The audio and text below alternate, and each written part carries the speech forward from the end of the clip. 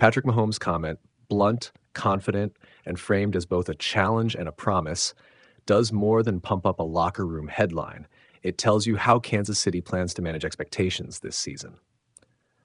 There are three overlapping messages in his words: belief in the roster's ceiling, a refusal to settle for narrative acclaim without hardware, and a subtle nudge to the rest of the league that they will be measured by outcomes, not hype. That matters because teams that talk like this aren't merely posturing. They build cultures around accountability and a relentless standard of execution. Here's a focused breakdown of what Mahomes' warning actually signals, how realistic it is, what could derail the Chiefs, and what to watch as the season unfolds.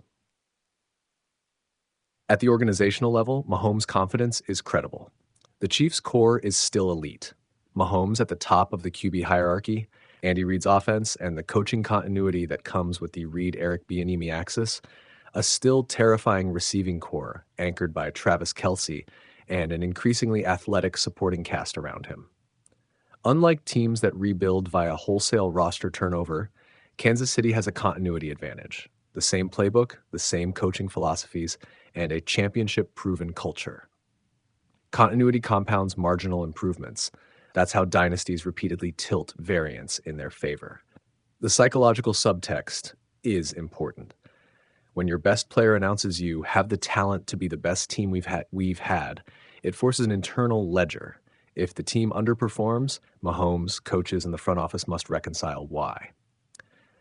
Publicly raising the bar has two effects. Internally, it sharpens focus. Players don't want to be the unit that failed a declared mission. And externally, it pressures opponents and media to take Kansas City seriously. That kind of framing is rarely accidental. Teams use leadership soundbites to set a season's narrative, but the real power comes from matching rhetoric to roster construction. So how close are the Chiefs to being the best version of themselves? There are clear upside vectors. Personnel upgrades and maturation of young pieces matter. If Rashee Rice takes a step beyond his rookie flashes, if Xavier Worthy and Hollywood Brown stay healthy and settle into reliable roles, the Chiefs can field more explosive three-receiver sets with Kelce that stress defenses in ways even previous iterations didn't. A deeper, more reliable rotation at running back and improved offensive line health could also convert more explosive plays into sustained drives. Add in defensive improvements. If the front seven stays disruptive and the secondary stabilizes, this team becomes more balanced and less reliant on late-game heroics. But there are real offsetting risks. The single biggest wildcard is health. Mahomes' durability matters, but so do Kelce, protection for the QB, and the pass catchers who create space. Pitch a dynasty narrative onto an injury-prone season, and margins evaporate fast. The Chiefs' supporting cast depth is good but not infinite. Losing a top wideout or key offensive lineman for extended time forces schematic compromises. On defense, Kansas City's unit has improved but remains vulnerable to high-powered offenses. If the pass rush underdelivers, the team leans even more heavily on its offense, compounding pressure on Mahomes. Contract chemistry dynamics are another invisible risk. Veteran superstars generate secondary roster moves and salary cap pressures. The front office must balance short-term ring pursuits with long-term roster sustainability. Trades and extensions can tip depth charts. How the Chiefs allocate resources at the margins will determine whether they remain the most complete club in the AFC. Tactically, the best team claim rests on two axes: offensive versatility and defensive growth. Offensively, Kansas City's ability to run multiple tempo and formation packages while keeping Mahomes in a rhythmed passing game is critical. The more Reid can create mismatches, motion, RPOs, tempo changes, and Kelce-led misdirection, the less defenses can scheme specifically to pressure Mahomes.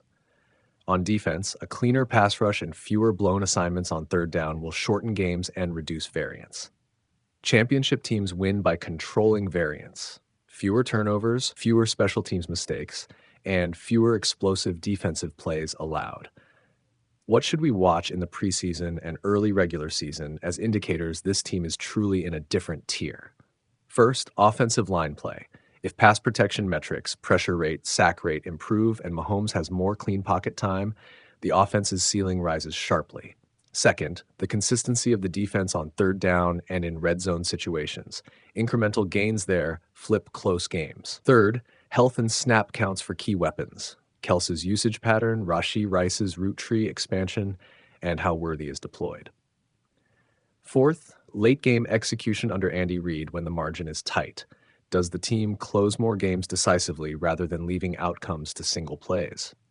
There's also the league-wide reaction to consider. Teams targeting the Chiefs will shape game plan resources around stopping Mahomes' strengths, disguising pressure, locking down Kelsey, and forcing the Chiefs into less comfortable down and distance scripts. Mahomes' statement is therefore as much a psychological tactic as it is a roadmap.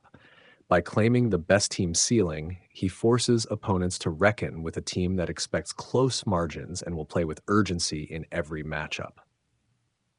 Finally, evaluate Mahomes' leadership style in execution, not just rhetoric. Great leaders don't merely talk about being the best, they create micro-habits and accountability mechanisms, film study standards, practice intensity, in-game adjustments, and locker room culture that make the claim operational. From how he communicates with coaches on sidelines to how the offense practices situational football, Mahomes' imprint will show up in metrics over time. Fewer self-inflicted errors, more explosive plays on schedule, and steadier late-game decision-making. In short, Mahomes' pointed warning is credible and useful. It sets an organizational objective and calibrates expectations. The Chiefs have the pieces to make a strong case that this iteration is their best yet, but credibility will ultimately be judged by outcomes: injuries, defensive growth, offensive line consistency, and the development of role players. If those elements align, Mahomes' words will be vindicated in the same way quarterbacks' promises often are, by lifting trophy hardware when the season ends. If not, the statement will look like aspirational bravado. Either way, it's a perfect framing for what promises to be a pivotal season in Kansas City. Patrick Mahomes didn't mince words this week, and why would he? After coming up just short in last season's Super Bowl, the Kansas City Chiefs quarterback made it clear the team is hungry and ready to remind the NFL exactly who they are. On the Up and Adams show, Mahomes said the current Chiefs roster could be the best team we've had. He followed that up with a simple challenge.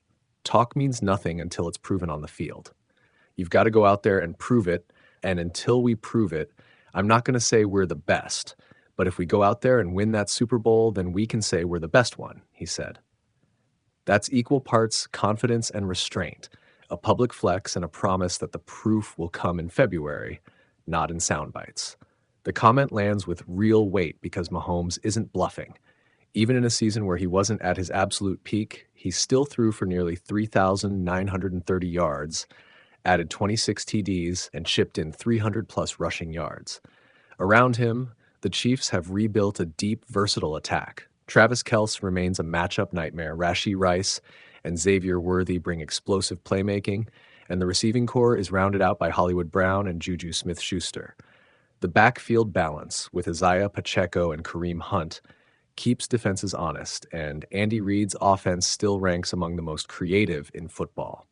So what does Mahomes' message mean for the league? First, it's a warning to rivals that Kansas City believes it still sets the standard. Teams across the AFC that thought the Chiefs were vulnerable after the Super Bowl loss should take note. Mahomes and company appear to have used that defeat as fuel, not as a roadblock. Second, it signals a mindset shift from "we're good" to "we're built for another run." When your quarterback openly stakes a claim on being the best, it raises the stakes for every opponent in your path and for your own locker room. There are challenges, of course. The NFL is deeper and faster every year, and injuries or regression can derail any title chase. The AFC remains stacked, with quarterbacks and defenses hungry to take the throne. But that's exactly why Mahomes' tone matters. He's publicly holding his team to a high bar, and that accountability can sharpen focus